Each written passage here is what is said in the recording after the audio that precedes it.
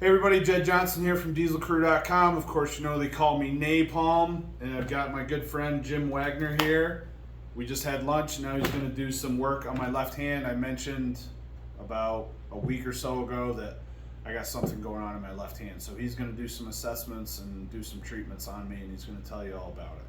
Let's take a look, see what we got, man. All right, man. So how long ago was your injury? I started, I remember I definitely had it January of 2020. So it's been a while then. So it's chronic then at that point. Oh, so absolutely. So we'll just take a quick assessment. Let's take a look. You got some big old calluses there, Jed. Yep. Gosh, you got a big hand. Make a fist for me. Yep. Open back up for me for a second. I'm going to go ahead and take a look. Turn your hand up for me. Oh, as much as I can. Okay, do the best you can. We're going to bend the tip of each individual finger for me. Can you go ahead and do that for me? I'm going to pull down. Go ahead and bend it up. Hook them like this. I'm going to pull. Don't let me do it. Any pain? No. This one here. I'm going to pull. Don't let me do it. Any pain? No. Go ahead and bend the tip of this finger. Pull. Don't let me do it. No. Tip of the small finger. No. So the profundus tendons originate off the medial part of your elbow, and they come up and they insert to the tip of each one of these fingertips here. So the superficialis tendon, the ones that flex these right here, they come and they bifurcate or split right here, and the profundus pierces through the two. What's up, kitty? So there's a sheath that runs through here, and there's these 5 pulleys that run right through here. The annular pulley, A1 and A2 kind of blend together. It's the middle finger, correct? Mm-hmm. So one of the things we can take a look at here is we'll see if, put your elbow on the table for me. We'll take a look and see, there's these little muscles in there called, there's 18 muscles alone in the hand. So we'll take a look and see, now relax for me, if these little interossei muscles are tight. So we'll bend our finger back, and then you relax for me. I'm gonna come down and I'm gonna put you down in this position here. So right now, that's pretty tight right there. Okay. So now I'm gonna bring you down and I'm gonna flex you. Ha ha. Okay. So look how much more flexion we got out of that right there. So let's come and do that again for me. Let's turn it this way, see if we can show the camera. So I'm gonna bring your big knuckle back here in this position. Now I'm gonna push you forward. So it's pretty tight that way. So I can push a little farther, but not much. Now if I bring you down, I can get a whole lot farther. What that tells me is that he's got what they call interossei tightness. So there's these interossei muscles. There's 4 dorsal, 3 palmar, and these dorsal muscles, they come along the side of the finger and they insert into this lateral bands and the extensor expansion right in through here.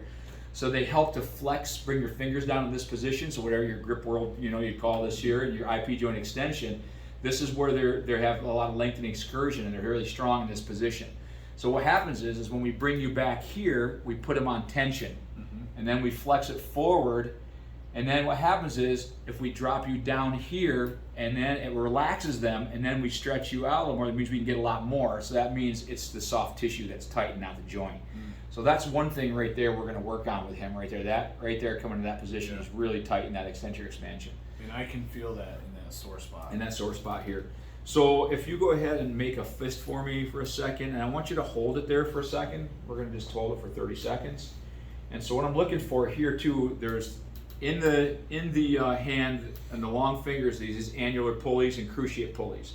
There's 5 annular pulleys and there's 3 cruciates. They cross over. The odds are over the joint.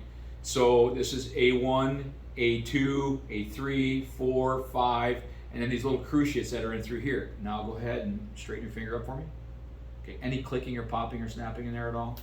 Not that time, but Okay. sometimes there is. Sometimes you do. So what we're thinking is sometimes that flexor tendon sheath, now I'm going to go ahead, I'm going to relax your wrist for me, I'm going to bring your wrist backwards, and I'm going to stretch you back in this position. Any pain with that at all? It feels tight. Feels tight, yeah. So put your elbow on the table for me. So we'll bend his wrist backwards, good extension there. Now we straighten his fingers up, not too bad there. So now we're going to straighten his wrist and fingers up, and we're going to come back in this position. Not too bad there, a little tight. So when you drag a tendon through a sheath and it talks to you and causes pain, it's a tenosynovitis. So right now he's got some tight interossei, and right there's where your pain is at? Yeah. Right there. So right at the base of the A1, A2 pulley. So sometimes it triggers, sometimes it catches on, not too bad. So there's probably some inflammation within that sheath and stuff like that. But nothing up farther here at all? No pain up here? No. All right. I can tell you my fingers hurt something. Like The finger those itself. sides hurt sometimes. So again, if we take a look at that anatomy again, that group of tendons here, one here, and it runs through a sheath in there, and the pulley system that's right in through here can get inflamed and aggravated. And with the amount of force you generate, so for every 1 to 2 pounds or kilograms of force, a pound of force here at the fingertips, it's magnified by about 10 to 15 times at the base of the carpus. So if you have a 100-pound grip strength, you do the math right there is how much force is getting generated at the wrist. So there's all this force being generated across there. So what happens is these tendons have to work in concert with each other in order to get good finger function. So I think what's happening is just getting an overload of that tendon. It's like a chronic tenosynovitis. So what I'm going to do with you, if we can get your arm in that position, I don't know if there's a better spot for you at all, but I'm going to do some soft tissue work right along this long flexor tendon. And then I'm going to stretch you out here in this position and see if we can't get those interossei moving a little bit better.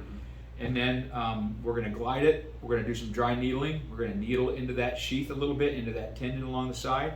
And then we're going to let that set for a minute or two, maybe do a little pistoning. And then we're going to do a little cupping, a little dynamic cupping with that. Right? Sounds good. I'm gonna go stop that camera. Yeah, that sounds like that's what it is, Jay.